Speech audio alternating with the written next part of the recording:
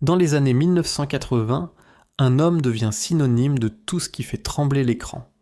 La voix qui fait vibrer les arènes, la coupe mohawk légendaire, les chaînes en or qui brillent comme une armure, et cette phrase qui résonne encore dans toutes les cours de récré, I pity the fool. Monsieur T est partout. Puis, du jour au lendemain, il disparaît.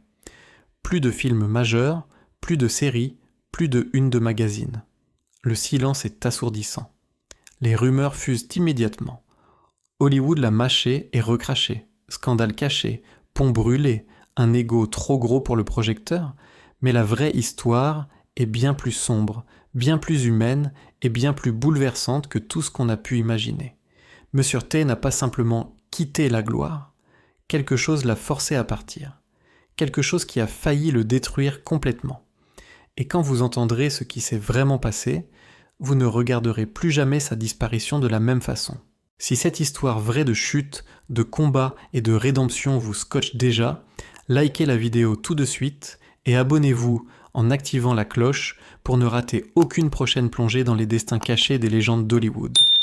Pour comprendre à quel point Mr. T est tombé, il faut d'abord voir jusqu'où il a grimpé. Et cette ascension commence au fond du South Side de Chicago, dans un minuscule appartement où 12 enfants se battent pour un peu d'espace et où une mère seule se tue au travail pour nourrir tout le monde. Lawrence Tureau naît dans une pauvreté si profonde que l'évasion semble impossible. Son père, pasteur, abandonne la famille quand Lawrence a 5 ans.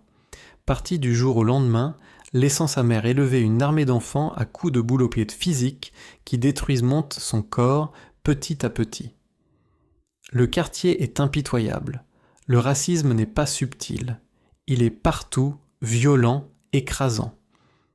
Laurence voit des hommes noirs qui ont risqué leur vie sur les champs de bataille outre-mer rentrer chez eux pour se faire traiter de « boy » par des gens qui n'ont jamais affronté un centième de leur courage. Ce mot, chargé de mépris, s'imprime dans son esprit comme un fer rouge. À 18 ans, dès qu'il obtient le droit de vote et devient légalement responsable, il prend une décision qui va tout changer. Il ne choisit pas un nom clinquant ou hollywoodien. Il choisit simplement Mr. T court, direct, génial, parce que quand on l'appelle Mr. T, on est obligé de dire monsieur, on est obligé de lui donner du respect, chaque fois. Au lycée, on voit déjà des éclairs de ce qu'il peut devenir. Champion de lutte, domination au football, maîtrise des arts martiaux. Son corps devient une arme, sa détermination incassable.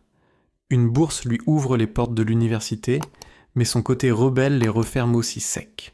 Viré pour problèmes disciplinaires dès sa première année. La plupart se seraient effondrés. Pas Laurence. Il s'engage dans l'armée en 1975, devient policier militaire, apprend une discipline qui lui sauvera plus tard la vie. Il tente sa chance avec les Green Bay Packers, rêvant de la NFL.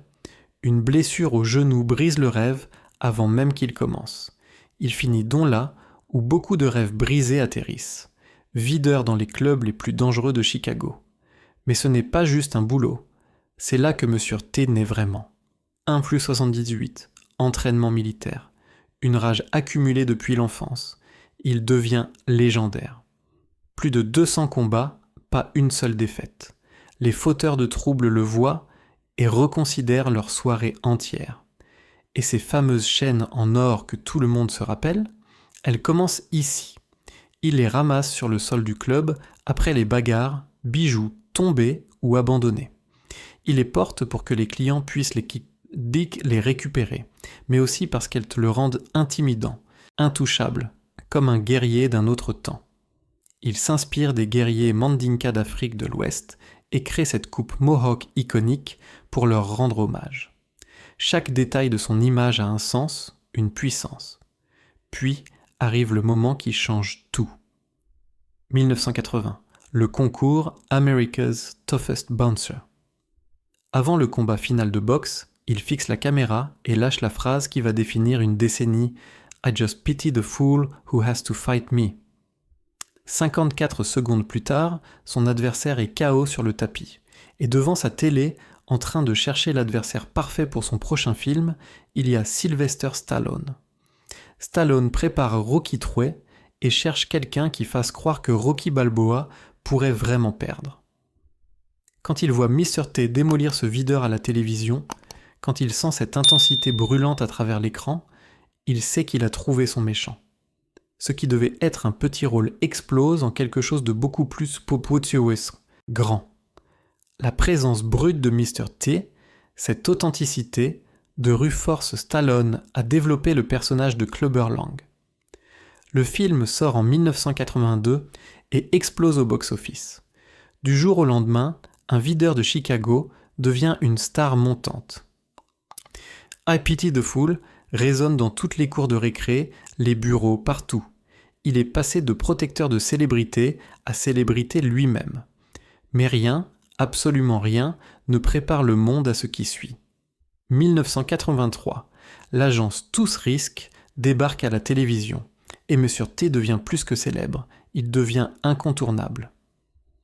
En B.A. Baracus, le mécano baraqué au Mohawk qui répare tout sauf son aversion pour l'avion, il touche quelque chose de magique. Le personnage mélange force brute, vulnérabilité, rage et humour, dureté et cœur. Les gosses veulent être comme lui. Les adultes le respectent. Il touche 80 000 $ par semaine, plus de 5 millions par an à une époque où la plupart des Américains gagnent 30 000 $. L'argent est obscène, la célébrité étouffante dans le meilleur sens du terme. Son visage est partout, affiches de films, magazines, boîtes de céréales, figurines. Il a même sa propre série animée où il guide de jeunes gymnastes qui combattent le crime.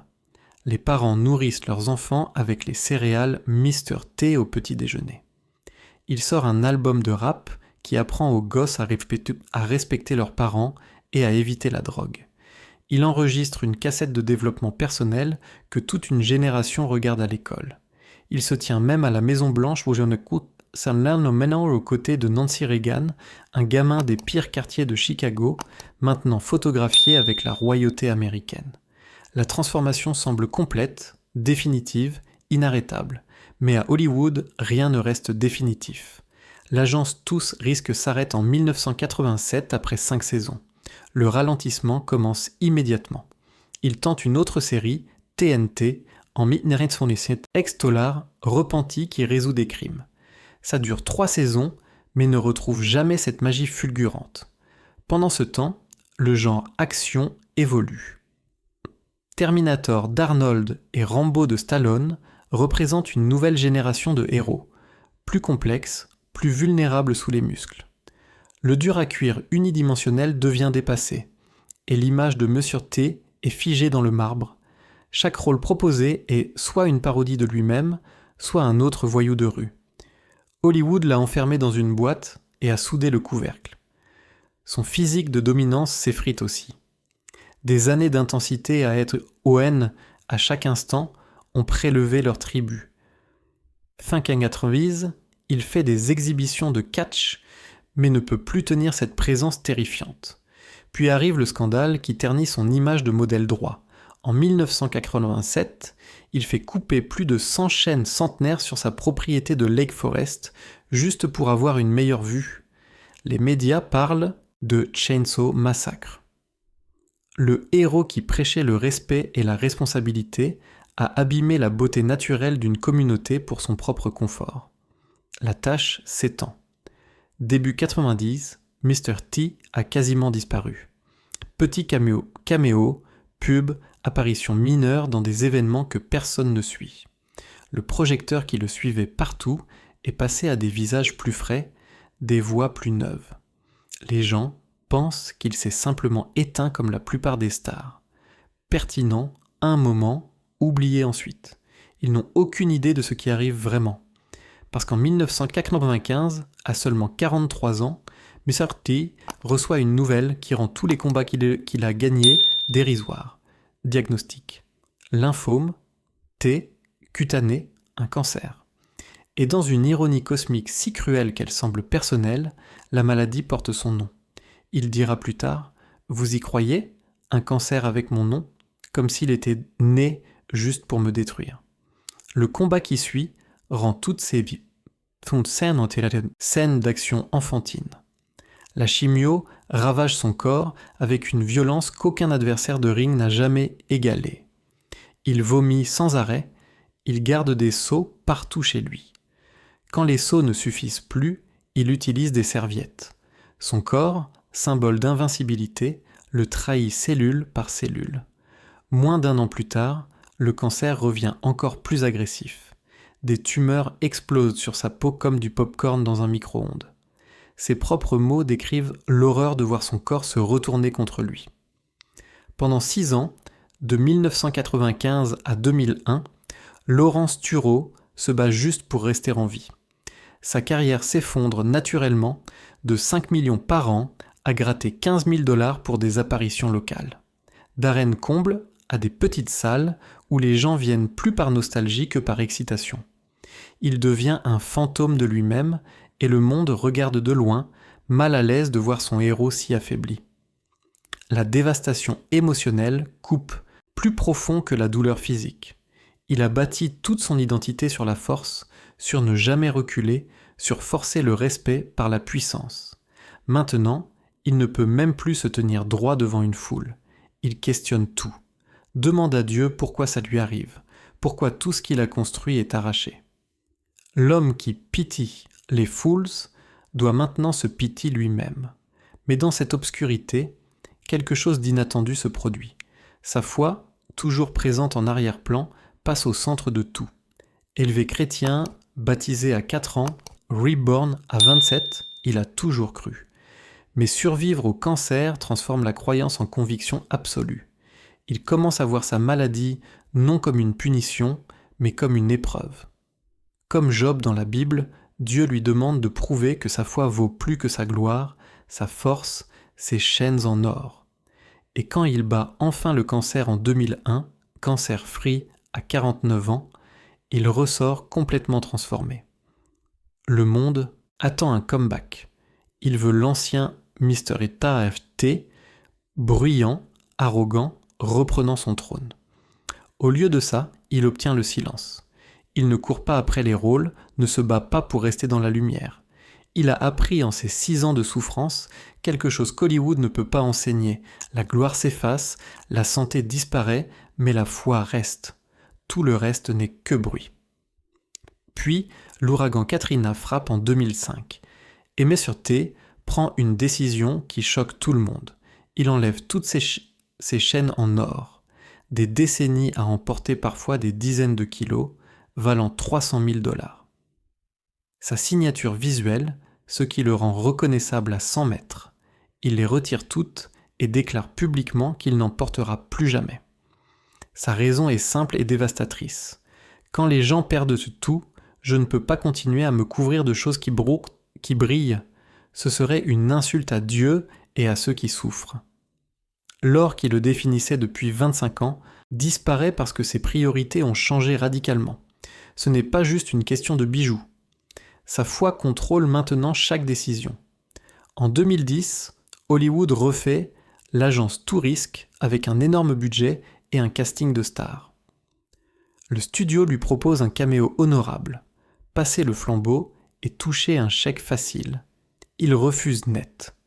La nouvelle version est trop violente, trop sexuelle, trop éloignée du divertissement familial de l'original. À l'époque, personne ne mourait. C'était pour les familles. Maintenant, ils en ont fait du sang et de la luxure. Je ne ferai pas partie de ça. Refuser ce rôle signifie refuser la pertinence, mais il n'hésite pas. Pour la même raison, il rejette des dizaines d'offres, rôles de vilains violents, pubs vides de sens, télé-réalité qui exploiteraient son nom. Il dit non à tout ce qui contredit ses valeurs. Il choisit des projets avec un sens. Une émission où il aide des familles en difficulté, une participation à Dancing with the Stars où il danse sur Amazing Grace, dédié à Dieu et donne ses gains à l'hôpital St. Jude pour enfants malades. Chaque choix doit maintenant avoir un sens au-delà de l'argent ou de l'attention. Mais la foi n'est pas la seule raison de son retrait. En coulisses, des batailles professionnelles avaient déjà détruit sa carrière bien avant le cancer. Pendant l'agence Tous Risques, les tensions couvant entre Monsieur T et George Peppard, le vétéran qui joue le leader de l'équipe. Peppard a payé ses dus pendant des décennies à Hollywood. Soudain, ce videur nouveau venu vole toute l'attention, devient le favori des fans, domine le merchandising. Le ressentiment crée une ambiance glaciale sur le plateau. Pro devant la caméra, froid derrière, il ne se dispute jamais ouvertement, mais la distance est évidente pour tout le monde. Le monde du catch le traite encore plus mal. À WrestleMania 1985 et 1986, aux côtés de Hulk, Hogan face à Roddy Piper, la communauté du catch se révolte.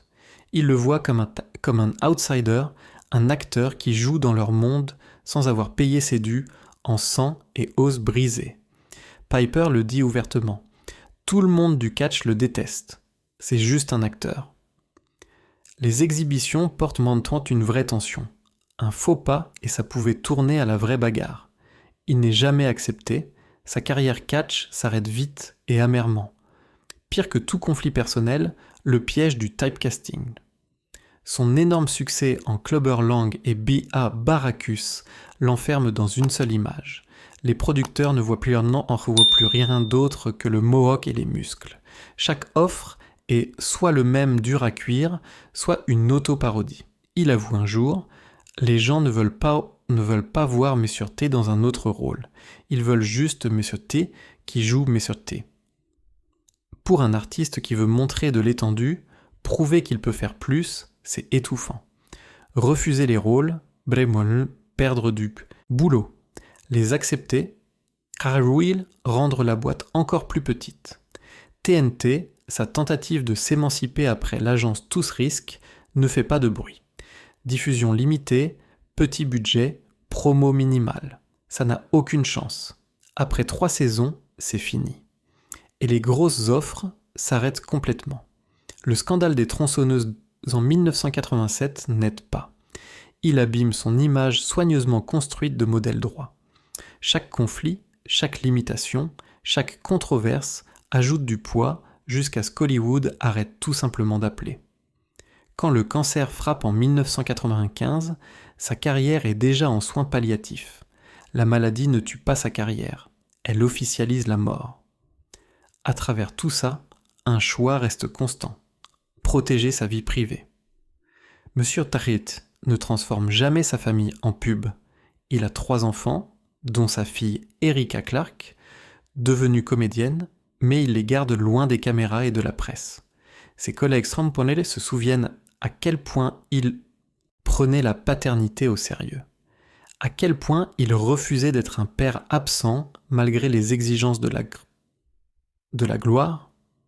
Après avoir survécu au cancer, il consacre encore plus de temps à ses enfants, à être présent d'une façon que son propre père n'a jamais été. Dans une rare interview, il dit quelque chose qui explique tout.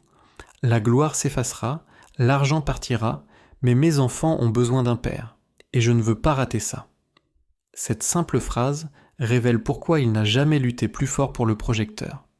Il a trouvé quelque chose de plus important.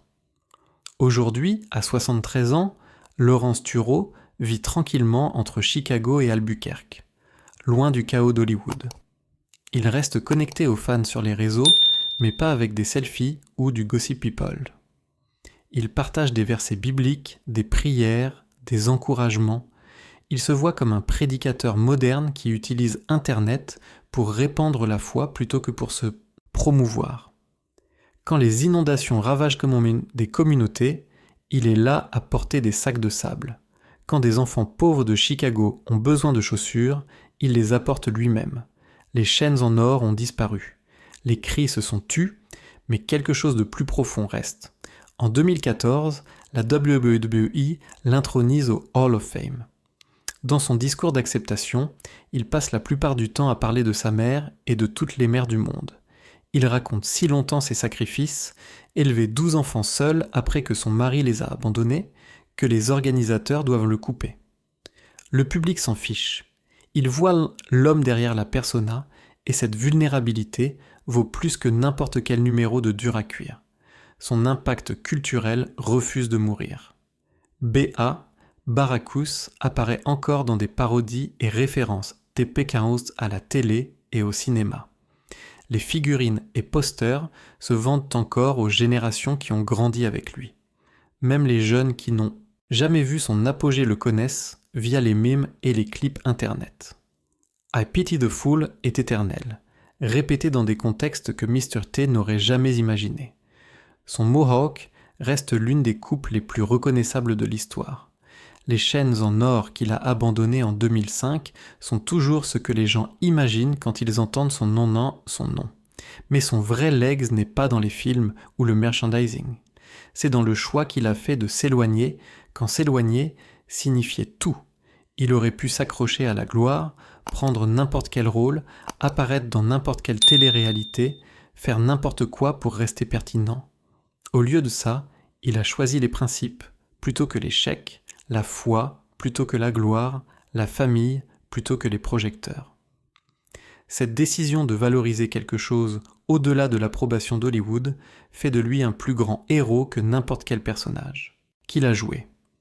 Le guerrier qui exigeait le respect par la force a appris à le gagner par l'humilité. L'homme qui collectionnait des chaînes en or comme trophée a appris que le vrai trésor ne se porte pas autour du cou. La star d'action qui dominait les années 80 a appris que disparaître des écrans ne veut pas dire disparaître de l'impact. Mr. T n'a pas disparu parce que Hollywood l'a oublié. Il a disparu parce qu'il a trouvé quelque chose qui valait plus que d'être souvenu. Et peut-être que c'est la vérité la plus choquante de toutes. Un homme qui a bâti toute son identité sur ne jamais reculer a trouvé sa plus grande force dans le fait de s'éloigner. Les rues de Chicago l'ont forgé. Le cancer l'a testé, la foi l'a transformé. Et à la fin, son absence parle plus fort que sa gloire ne l'a jamais fait. À 73 ans, il n'a plus besoin des projecteurs. La vie qu'il vit, calme et pleine de sens, est assez lumineuse.